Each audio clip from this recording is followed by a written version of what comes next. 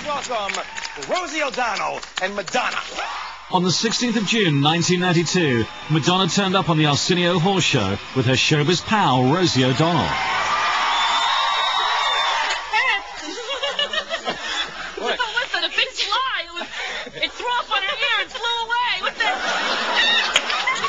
the? The friendship between Madonna and Rosie is really interesting because Rosie is like your next door neighbor, and the fact that like her and Madonna were such pals, it sort of was like this other side of Madonna that she would never show you, yet it's kind of coming out through Rosie. Oh my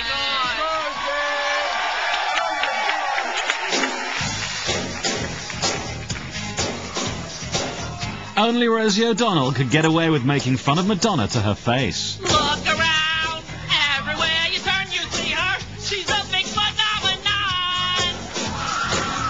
But you know that she cannot even tinkle unless the cameras are on. Her take on Vogue was a gentle jab at Madonna's larger-than-life image. Either you take yourself so seriously, you become your own religion, or you just start making fun of yourself.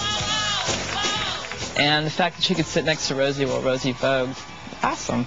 Madonna took it all in her stride, but TV viewers and Madonna weren't prepared for what happened next.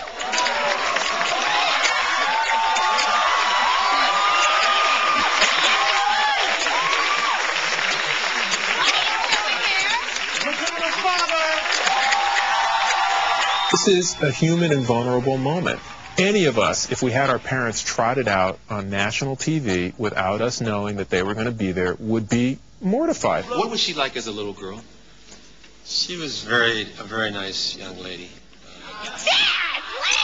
Once Dad was out there, she actually was kind of unaware that the camera seemed to be rolling because she started kind of biting her ring and doing kind of these squiggly little kid movements. She's visibly freaked and made uncomfortable by it, and you know the thing is that it shows she's human.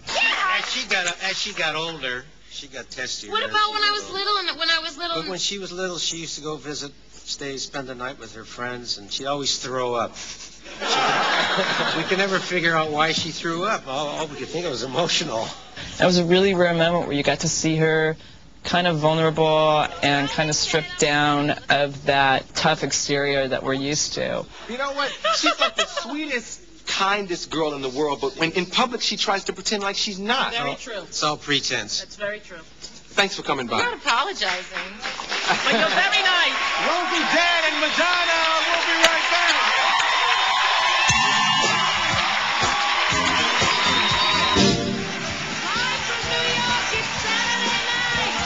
Madonna's been called a lot of things over the years. Shocking, outspoken, but hilarious. Hi everybody, my name is Madonna and I'll be your comedy love slave for the evening. Her 5 guest appearances on NBC's Saturday Night Live proved that she had a funny side. I think the hardest thing I ever did, and any of all the entertaining that I ever did, was Saturday Night Live. In 1991, Madonna played a little Truth or Dare. I dare you to make out with me.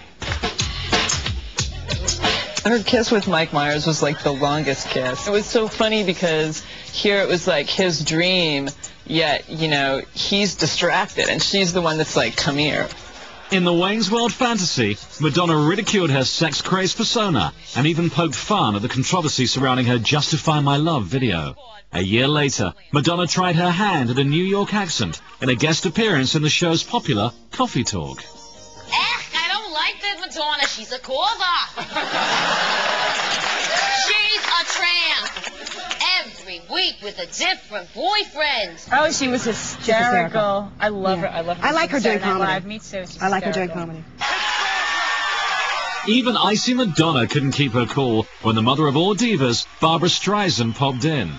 I got a little verklempt watching.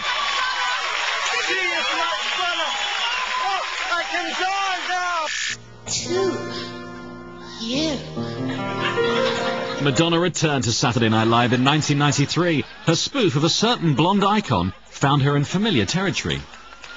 Happy inauguration, Mr. President. The Monroe iconography had become so much a part of Madonna's image, mostly because of the video for Material Girl, that it was time to undo it a little, and this was a way of undoing it.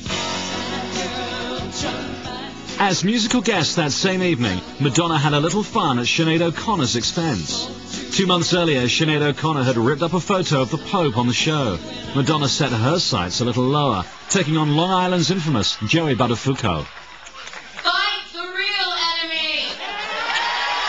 The stunt met with mixed reactions. And it was like taking something that somebody really believed in and kind of making fun of it. It was not, I think, making fun of Sinead O'Connor so much as showing a little sympathy for Sinead.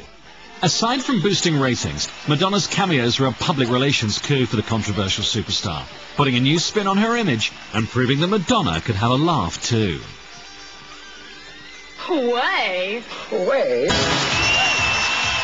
I'm not going to even waste your time with the intro. Y'all know the one and only Madonna. When Madonna returned to MTV's Video Music Awards in 1990 to perform her hit Vogue, she did a complete makeover. Viewers tuned in for the same song and dance routine, but instead they got a night at the theatre.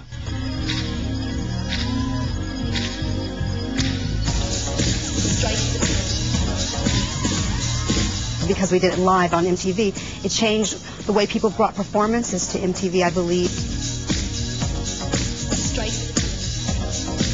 It was more grand than most people had done before. So I think it brought a level of class to those award shows. That was the shocking VMA performance for 2 reasons.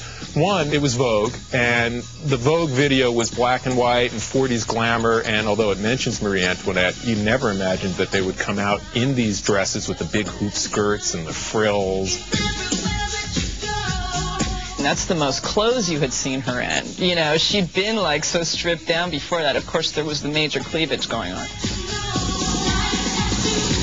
Hot off her sexy blonde ambition tour, Madonna's courtly styling didn't sit well with her dancers. Like I said, white powder does not look good on black skin. It's just so sort of arrogant and there and presentational, you know what I mean, self-conscious in a way, and I think it's hilarious. Here were these guys in these tiny little shorts, and she is just pushing him into her cleavage. And it just was such a commanding moment. It was like, boom, you know, you are mine. Performance numbers tend to be really cheesy. I thought that was kind of like edgy and daring. Man, they lifted up their dresses, and I know that they were wearing like a lot of underwear, but it was a little like, whoa, man, she's showing her underwear on TV. Cool. It was very Madonna. It was a very Madonna moment. Once again, Madonna had reinvented herself for television. She's got a kind of I Dream of Jeannie vibe, like she blinks her eyes and she's in a different setting, or she's wearing different clothes, or all of a sudden we're somewhere else, you know, and that was the feeling when you saw that. It was like,